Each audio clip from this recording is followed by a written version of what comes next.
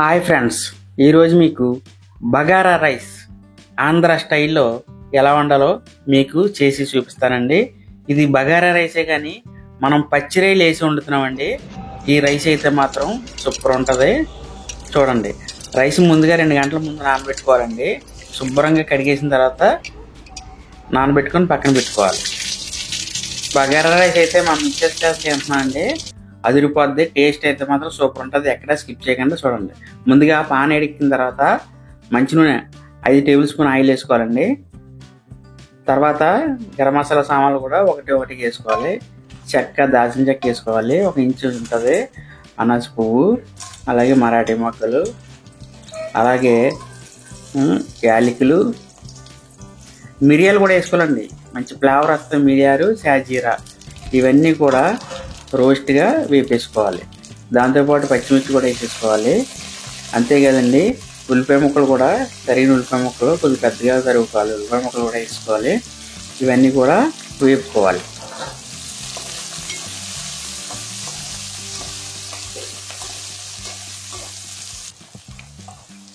ఇవన్నీ వేగాయి కదండి. ఇప్పుడు శుభ్రం చేసుకున్న రొయ్యల్ని వేసేసుకోవాలి.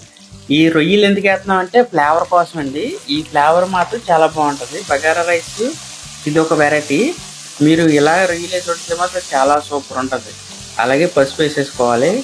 ఒక 1/2 టీ స్పూన్ పసుపు ఉంటుందండి. పసుపు వేసుకొని వేగిన తర్వాత మనకి ఈ పచ్చివాసన, రొయ్యల్లో పచ్చివాసన పోయే వరకు వేపుకోవాలి. అలాగే అల్లం వెల్లుల్లి పేస్ట్ అండి. అల్లం వెల్లుల్లి పేస్ట్ కూడా 2 స్పూన్లు అల్లం వెల్లుల్లి పేస్ట్ వేసుకోవాలి. ఇది కూడా పచ్చివాసన పోయే వరకు వేపుకోవాలి.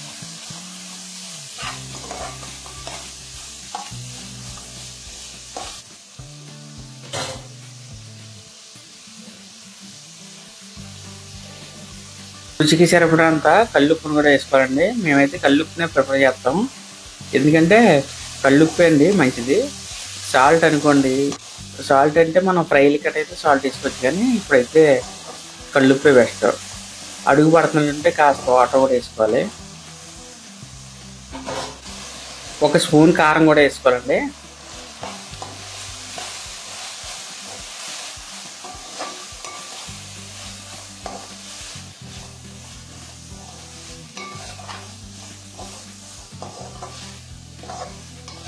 బాగా అయిపోయి కదండి. ఇప్పుడు మనం వాటర్ వేసుకోవాలన్నమాట. 1 గ్లాస్ రైస్కి 2 గ్లాసులు నీళ్ళు వేసుకోవాలండి. ఆ కొలత చొప్పున వేసుకోవాలి. అలాగే నానబెట్టుకున్నాం కదండి, 2 అవర్స్ ముందు నానబెట్టుకున్నాం కాబట్టి మనకి వాటర్ కరెక్ట్గానే పడుతుంది. 10 నిమిషాలు మూత పెట్టి బాగా మరగనివ్వాలి.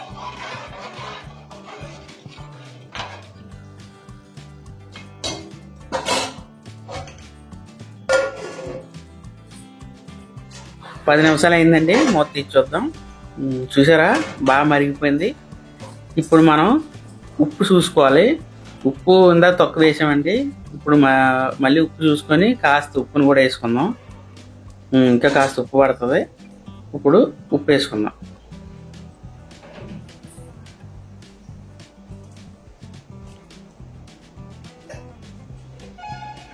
కాస్త గరం మసాలా కూడా యాడ్ చేసుకుందామండి. ఒక 1/2 టీ స్పూన్ గరం మసాలా కూడా వేసుకుంటే సరిపోతుంది. ఫ్రెండ్స్, మన ఛానల్ ఎవరైనా సబ్స్క్రైబ్ చేయకుండా చూస్తే ప్లీజ్ ఫ్రెండ్స్ సబ్స్క్రైబ్ చేసుకోండి.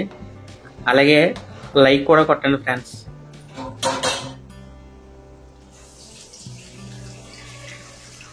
ముందుగా మనం నానబెట్టుకున్నాం కదా, రైస్ని వేసుకోవాలండి. ఇప్పుడు